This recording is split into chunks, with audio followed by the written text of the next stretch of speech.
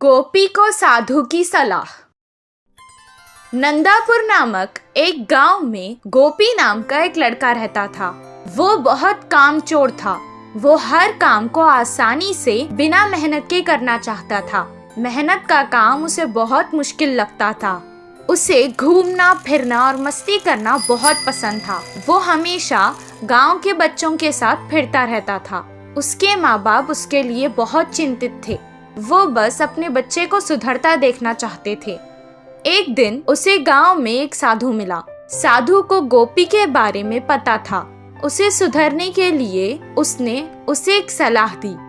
तुम बहुत अमीर हो जाओगे अगर तुमने मेरी ये बात मान ली तो। अपने गांव के बाईं तरफ एक आम का पेड़ है। उसके 10 कदम पर अगर तुम खोदना शुरू करोगे तो तुम्हें वहाँ सोने का खजाना मिलेगा। ये बात सुनकर पहले गोपी बहुत खुश हुआ, लेकिन मेहनत लगेगी सोचकर ये कहने लगा, आप इस खजाने के बारे में मुझे ही क्यों बता रहे हैं? आप खुद भी तो इसे लेकर अमीर हो सकते हैं। हम साधुओं को धन का लालच नहीं है, हम बस लोगों की मदद करते हैं। इतना कहकर वो वहाँ से चला गया। गोपी कहने लगा कि उस खजाने के लिए पता नहीं कितना खोदना पड़ेगा, और अगर इतनी मेहनत के बाद भी खजाना अगर नहीं मिला तो सब बेकार हो जाएगा। इतना कहकर वो भी वहाँ से चला गया।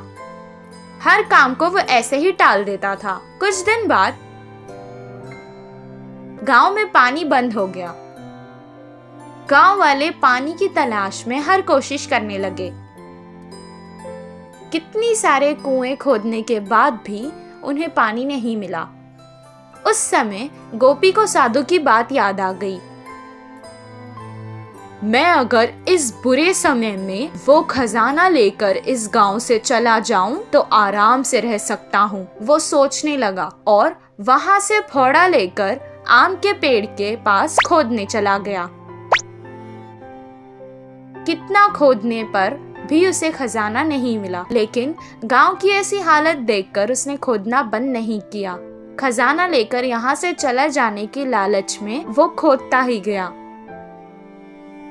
4 दिन तक खोदने के बाद उसके पैरों के नीचे उसे पानी महसूस हुआ।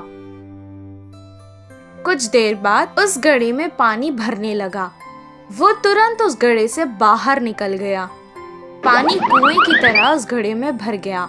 इस बात का पता गांव में लगते ही सारे गांव वाले आकर उस कुएं को देखने लगे। गांव वालों की जान बचाने के लिए सबने उसे कुछ ना कुछ उपहार भी दिया। मेहनत के बाद शाबाशी के साथ साथ उसे इनाम में मिला, जिससे वो बहुत खुश हुआ और इस दिन से वो मेहनत के काम करने लगा। गोपी के कुएं से उस गांव की परेशानी भी खत्म हो गई और सब खुशी खुशी रहने लगे।